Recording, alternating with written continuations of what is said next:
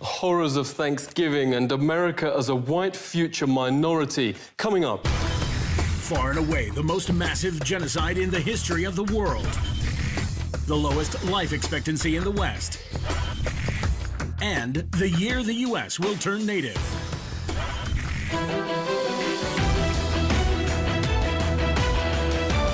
Virtually none of Thanksgiving has an ounce of accuracy, notes the bestseller Lies My Teacher Told Me. The idea of Europe bringing civilization to the Americas simply flips truth on its head. This is what European explorers actually found in North America. Far and away the most beautiful city on Earth. 5 times the size of London or Rome. Great towers and buildings rising from the water. 60,000 gleaming houses, and how spacious and how well built they were. Of beautiful stonework and cedar wood, and the wood of other sweet-scented trees.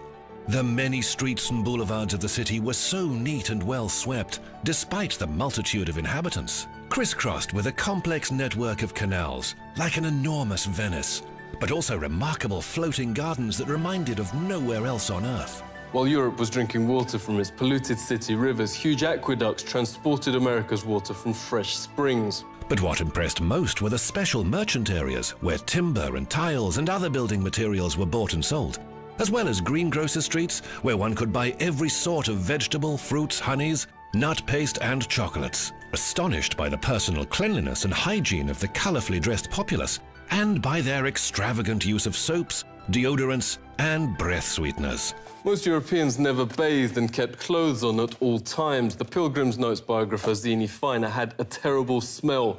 Indians tried, quote, without success to teach them to bathe. The settlers also had bad breath from rotting teeth. Death and starvation was so common that corpses were just dumped in open pits known as poreholes. Many turned to alcohol and committed suicide. In fact, the story of the first settlers has been deliberately changed, notes author James Lowen, because the truth is so shameful. They actually settled hundreds of miles further south and stayed in America because the mission was a failure. Their real aim, reports historian Robert Beverly, was to find some gold and take it back to Europe. They spent their days digging random holes in the ground, haplessly looking for gold instead of planting crops. Soon they were starving and digging up putrid Indian corpses to eat. They took some Indian prisoners and forced them to teach the colonists how to farm. And the meal with the natives wasn't quite the Thanksgiving shown on TV and in school books. The colonists offered the Indians a toast to eternal friendship, whereupon the chief, his family, advisors, and 200 followers dropped dead of poison. In mainstream history books, perhaps the most common description of American territory then is virgin land. In fact, notes historian Peter Jennings, it was widowed. Horrific enough, the Nazi ethnic cleansings in Europe during World War II. Leading American studies professor David Stannard notes it's dwarfed by, quote, far and away the most massive act of genocide in the history of the world. The death of 100 million indigenous people in the, quote, American Holocaust. Some from disease, but also vast numbers from a deliberate policy aimed at wiping out the race that mainstream history books continue to pretend never happened. He notes when Heinrich Himmler called the final solution, quote, delousing, Himmler was only echoing the Pilgrim Army's rallying cry, nits make lice, nits being Indian babies. This was a map of Indian nations across the US. 80% of the first government's entire budget went on attacking existing Indian settlements to take their developed farmland. The settlers would most probably not have survived, writes Jennings, on their own. 95% of America's entire population was then wiped out. American Holocaust notes there is documented evidence of colonist leaders going town after town, deliberately killing all men, women and children. Yet school texts and history books remain silent. Orders came from the very top. Under the direct order of George Washington, at least 28 of 30 Seneca towns and all the towns of the Mohawk, Onondaga and Cayuga were simply obliterated. George Washington wrote the Indian country, quote, must be destroyed. Thomas Jefferson called to, quote, pursue Indians to extermination. Nobel Peace Prize winner Theodore Roosevelt called beneficial the eradication of the native race. Stannard notes genocide was official public policy. California Governor Peter Burnett in his 1851 message to the legislature. Extermination must continue to be waged until the Indian becomes extinct. Another governor issued the public proclamation to, quote, pursue, kill and destroy all Indians. A witness notes the ensuing bloodbaths practically wiped out the native race. The whites shoot them down like wolves, men, women and children, wherever they could find them. This war of extermination against the Aborigines is tending to the final extinction of the race. What reportedly saved the race from extinction was their use as slave labour. This extermination policy has proved so injurious to the interests of the whites.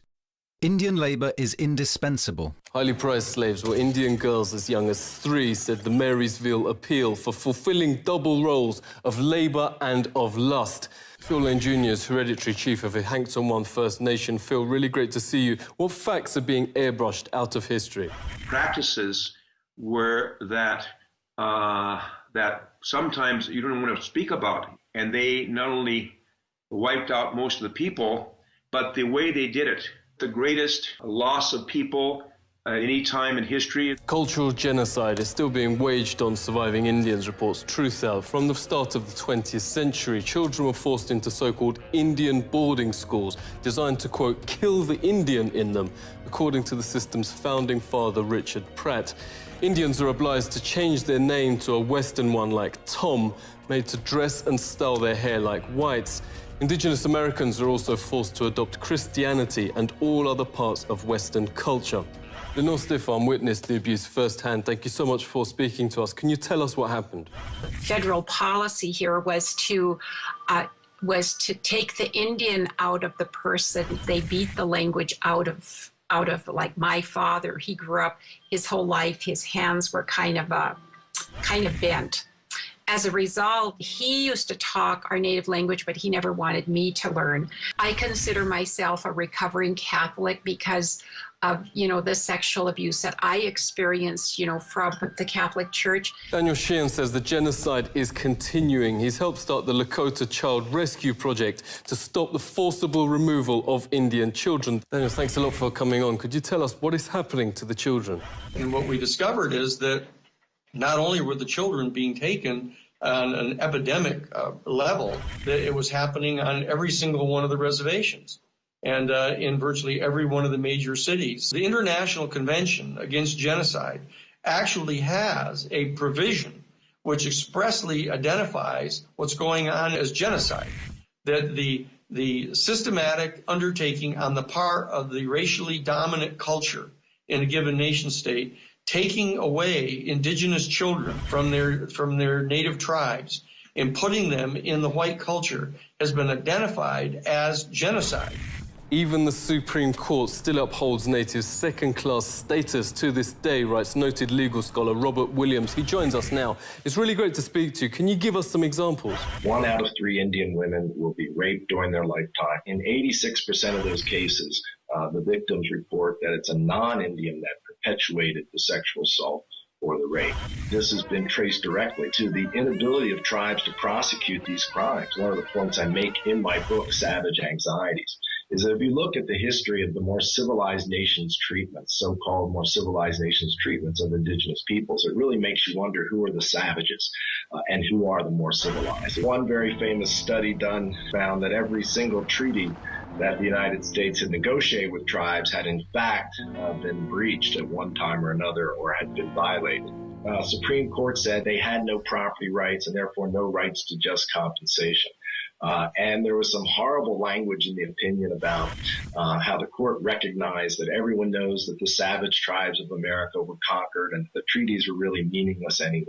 So it's this perpetuation of these stereotypes in this case, which is still valid law in the United States. It's still a valid precedent. And so they drink it, but it's actually hairspray. Native Indians now have the highest rate of suicide and pandemics of cancer in the Western Hemisphere. At 44, life expectancy is lower than Afghanistan and around the same as Europe at the time of the Pilgrims. For an official banquet to celebrate 350 years since Pilgrims landed, authorities invited native Indian Frank James to speak. But when they saw his speech taken from a settler's own account of what really happened, they wouldn't let him read it. The Pilgrims had hardly explored the shores 4 days before they robbed the graves of my ancestors and stole their corn, wheat, and beans. The Indians knew this fact, yet welcomed and befriended the settlers, little knowing that they would be killed by the settlers' guns. What has happened cannot be changed, but today we work toward a better America, a more Indian America, where people and nature are once again important. Frank has helped start a national day of mourning each Thanksgiving, a protest over the Plymouth Harbour and Mayflower replica. On the West Coast, thousands also gather for Un-Thanksgiving Day, calling on the US to honour treaties promising Indian rights and international law. The American government faces increasing domestic and international pressure. The Supreme Court has reaffirmed the validity of the Treaty of Fort Laramie, giving Indians rights over the area. The United